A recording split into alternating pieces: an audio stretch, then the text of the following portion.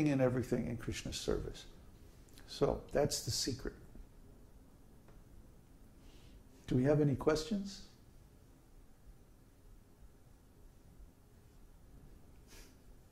No. No questions? Huh? No.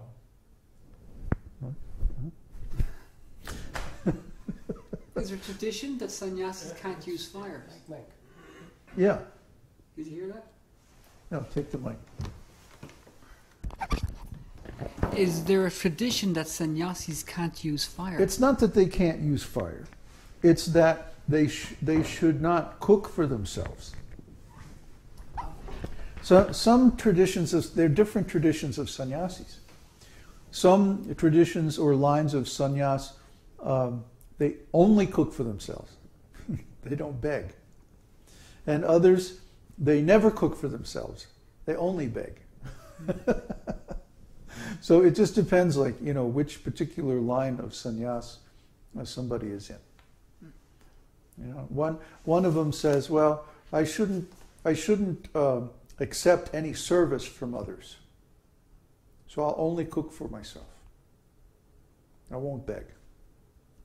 But then if someone wants to preach, pretty much they have to accept service from others. They have to take food from others. You see. So when someone's in the Kutichak or Bahudak stage of sannyas, they usually cook for themselves. Or maybe even accept meals at home. But when one is in the Parivrajaka stage of sannyas, he is traveling all the time and preaching. So he generally accepts food from others. Just like Chaitanya Mahaprabhu, when he became sannyasi, he was traveling. So he would accept invitations from brahmanas because he had no chance. Or sometimes he would take one servant with him if he was on the road, and the servant would cook for him. Like that. But then when he went to Jagannath Puri, he was taking temple prasadam all the time. There was no need to cook, either him or his servants. They were simply relishing devotional service to Krishna without a break.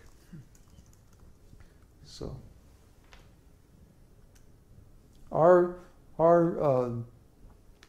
sannyas in our line is you just do whatever's practical.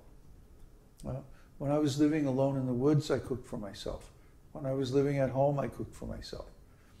Well, when I was traveling or in temples, I just ate temple prasadam. Now I eat the prasadam that you guys prepared. It's very nice. You should come and taste it. It's really good.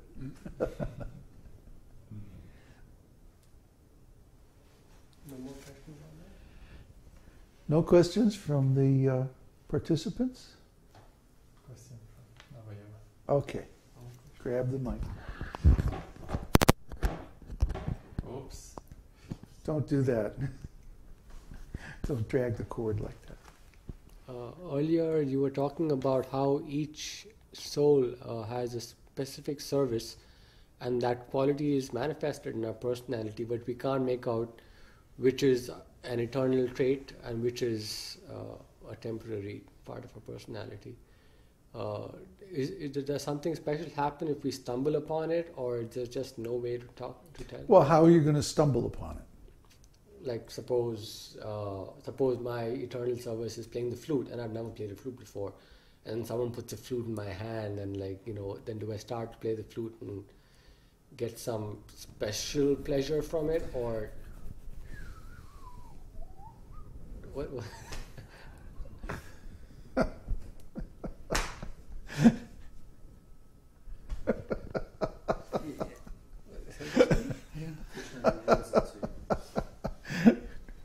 So you're always trying to figure things out, and you just can't figure this stuff out.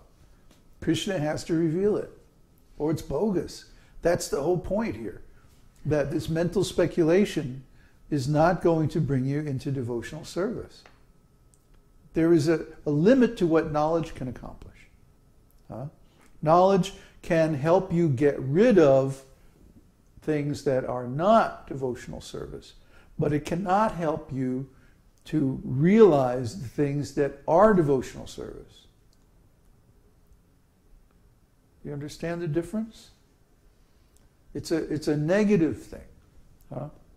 Like a doctor may give a patient the instruction, don't eat this, don't do this, no more standing on your head. Huh? That's why you have those lumps on your head. See? Don't do this, don't do that. Huh? But then he may give a positive prescription. You do this and you do that. You take this medicine and you do this exercise and so on like that. Okay? So in the literature on devotional service, there are negative and positive prescriptions, both. Right? And that's part of the knowledge of devotional service. But the purpose of all those instructions is simply to prepare you for actual devotional service. Yama niyama. Yama niyama. It's all preliminary. Once you actually are cured of the material disease, the material contamination, then you can perform actual devotional service. See? All this right now is just practice. And it may be 20, 30 years of practice before you get to actual devotional service. See, spontaneous, pure devotional service. And even then it may take some time to reach bhava like that. But until you reach bhava and you know really what your mood is, it's not really complete devotional service. It's incomplete in some way. So it's a long, long path ahead, you see. Don't be in a rush to get there. Don't be trying to figure it all out. You can't figure these things out. And if you do, you get a wrong answer. You get a wrong answer, and then you may go off on that track for, who knows how long before it finally crashes and you realize, oh, that was a blind alley. Then you have to go back, start all over again. Oh, it's so hard. Don't waste your time. If you don't waste time in that way, that will shorten the whole period of preparation. If you wait, you can waste. I know devotees. Remember 2 or 3 years ago there was this question from a devotee. I've been chanting for 20, 25 years, and I feel like I haven't made any advancement. Ah, how terrible. I mean, really, that's so horrible. But the atmosphere that my godbrothers created by their wrong preaching, by their wrong understanding, makes stuff like that happen. Where a devotee can be chanting 20, 25 years, and they feel like they're just as neophyte as the day they first walked into the temple. You see?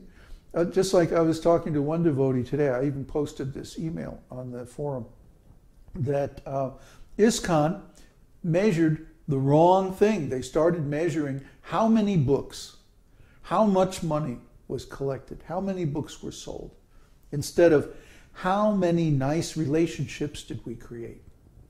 See?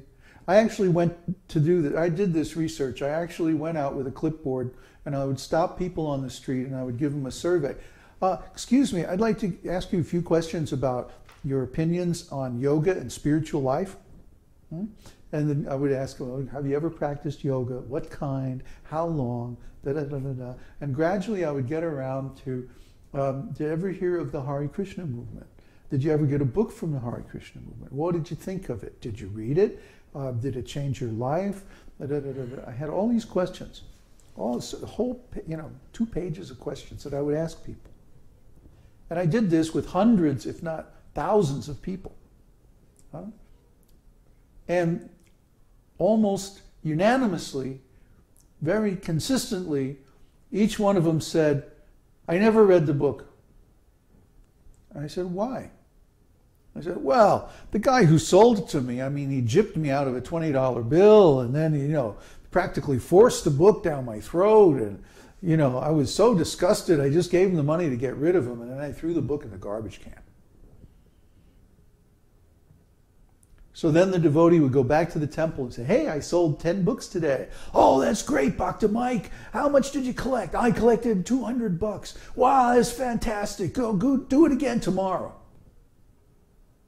And they forgot to mention that, none of these people have any intention of reading this book because of the way in which it was received. They didn't think about that at all. They didn't get any contact information from the people they sold the books to. They didn't follow up with any of these people. They didn't do any quality control, and nothing. Because they were measuring the wrong thing. They were measuring how many books were sold, how much money was collected, instead of what was the quality of the relationship that was established by that transaction. See?